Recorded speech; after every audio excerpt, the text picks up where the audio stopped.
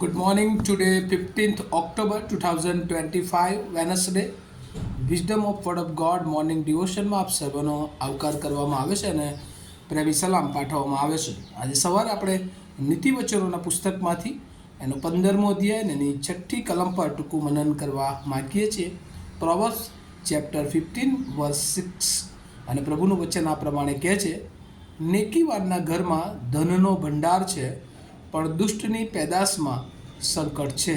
NIV Bible પ્રમાણે, the house of righteous contain great treasure, but the income of wicked brings them trouble. અને આ જ્યારે આપણે સુલેમાનના નીતિવચનો જોઈ રહ્યા છે ત્યારે ખાસ કરીને વ્યવહારિક જીવનોમાં શિક્ષણ આપતા આ જે વચન છે આજનું આપણને શિક્ષણ આપે છે અને એની એક થીમ અથવા મુદ્રાલેખ રીતે જોઈએ તો રિવાર્ડ ફોર રાઇચિયસનેસ, એટલે કે ન્યાયીપણા માટેનો પુરસ્કાર. નેકી અને ન્યાયી જીવન જીવવું એ સહેલું નથી, પરંતુ જ્યારે આપણે એ પ્રભુની બીક, પ્રભુની ભયમાં, પ્રભુને પસંદ પડે એવું જીવવાનો પ્રયત્ન કરીએ છીએ, જીવીએ છીએ, ત્યારે પ્રભુ ચોક્કસ એનો બહુ મોટો પુરસ્કાર અથવા બદલો એ આપણા જીવનને આપે છે. અને અહીંયા જે લખવામાં આવ્યું છે એ પ્રમાણે જે પહેલી કલમ અને એનો પહેલો ભાગ, નેકીવાનના ઘરમાં ધનનો ભંડાર છે, આ વચન આપણને શું કહેવા માગે છે? તો કહે છે કે નેકીવાન પાસે એની જીવનની જરૂરિયાત પૂરતું પ્રભુ બધું જ યહોવા ઈરે બનીને પૂરું પાડે છે.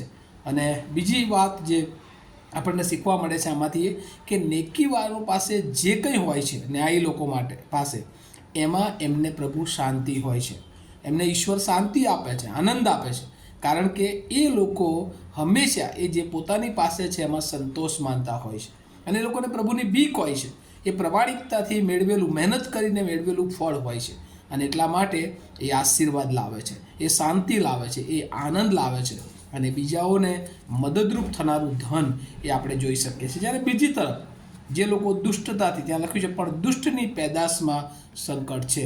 ઘણી બધી વાર લોકો રાતારાત જાણે કે માલામાલ થઈ જવા માટે એ ગમે તેવી કામો, ગમે તેવી પરિસ્થિતિઓમાંથી પસાર થઈને આગળ વધે છે અને દુષ્ટતાનું ધન મેળવે છે, પણ કહે છે દુષ્ટની પેદાશમાં એ સંકટ છે, કારણ કે એમને ઊંઘ આવતી નથી, બીક હોય છે કે મેં આ ખોટી રીતે લીધું છે અને એટલે ગમે ત્યારે મારી પાસેથી જતું રહેશે. અને આપણે એવા ઘણા બધા એ કિસ્સાઓ, ઉદાહરણો જોઈએ છે કે જુદી રીતે એ આવેલું ધન એ ગમે ત્યારે એ જતું રહેશે અને એટલા માટે ચિંતામાં રાખનાર ધન બને છે અને એને બીક નથી અને એટલે એ જે ધન છે એ દુષ્ટતાથી આવ્યું છે અને હંમેશા એ દુષ્ટતા તરફ દોરે છે. અને એટલે દુષ્ટતાથી મેળવેલું ધન એ શાંતિ આપવાને બદલે જીવનમાં એ મુશ્કેલી વધારે છે. અને એટલે બાઇબલનું વચન આપણને કહે છે કે જે ઉપર ભરોસો રાખે છે, સિંહના બચ્ચાને ભૂખ અને તંગી વેઠવી પડશે, પણ કહે છે કે જેઓ પ્રભુ પર ભરોસો રાખે છે એને કોઈ સારા વાનાની અછત હશે નહીં.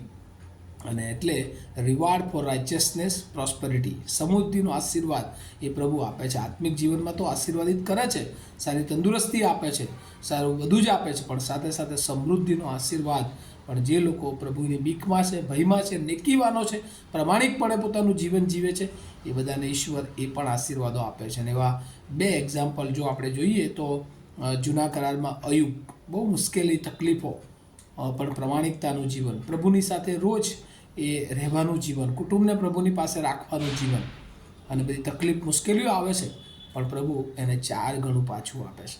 અને એવું એક બીજું જીવન જૂના કરારમાં આખાનું જીવન કે જે દુષ્ટતાથી મેળવે છે એનો તો નાશ થાય છે, પણ એના આખા કુટુંબનો પણ એ નાશ થતો આપણે જોઈએ છીએ. અને એટલા માટે ઘણી બધી વાર દુષ્ટતાથી બહુ ઝડપથી બધું મેળવી લેવાય, પણ એ મેળવેલું એ ખરેખર એ કામ આવતું નથી, પણ એનાથી હંમેશા મુશ્કેલીઓ અને પ્રશ્નો અને વિવાદોમાં એ ઊભા થઈએ છીએ. અને એટલા માટે પ્રમાણિકતાથી મેળવવું એ સારું છે. અને એટલે જીવન પણ પ્રમાણિકતા અને આ પૃથ્વી પર જે કંઈ આપણને ઈશ્વરે રોજગાર આપ્યા છે એમાં આપણી પ્રમાણિકતા હોય, આપણને જે સેવાનું ક્ષેત્ર આપ્યું છે એમાં આપણી પ્રમાણિકતા હોય, જે આપણું છે એને જ આપણે વફાદાર રહીએ અને હંમેશા એ પ્રમાણે જીવન જીવીએ છીએ ત્યારે પ્રભુ ચોક્કસ એનો મોટો આશીર્વાદ એ આપણા જીવનને આપે છે. અને એટલે આપણને પ્રભુ આજે સવારે આ બહુ મોટું શિક્ષણ આપે છે. જો આપણે કોઈક રીતે અપ્રમાણિકપણે કોઈક રીતે વર્તીએ છીએ, કશુંક મેળવીએ છીએ, તો આજે આપણે એક નિર્ણય સાથે આગળ વધીએ કે પ્રમાણિકતા જે ઈશ્વરે મારા માટે ઠરાવ્યું છે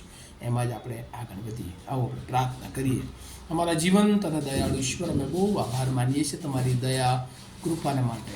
પ્રભુ, અમે આભાર માનીએ છીએ નેકીવાનો પ્રમાણિકતાઓનું જીવન કે જેઓને પ્રભુ તમે બદલો આપનાર છો, એને પુરસ્કાર આપનાર છો.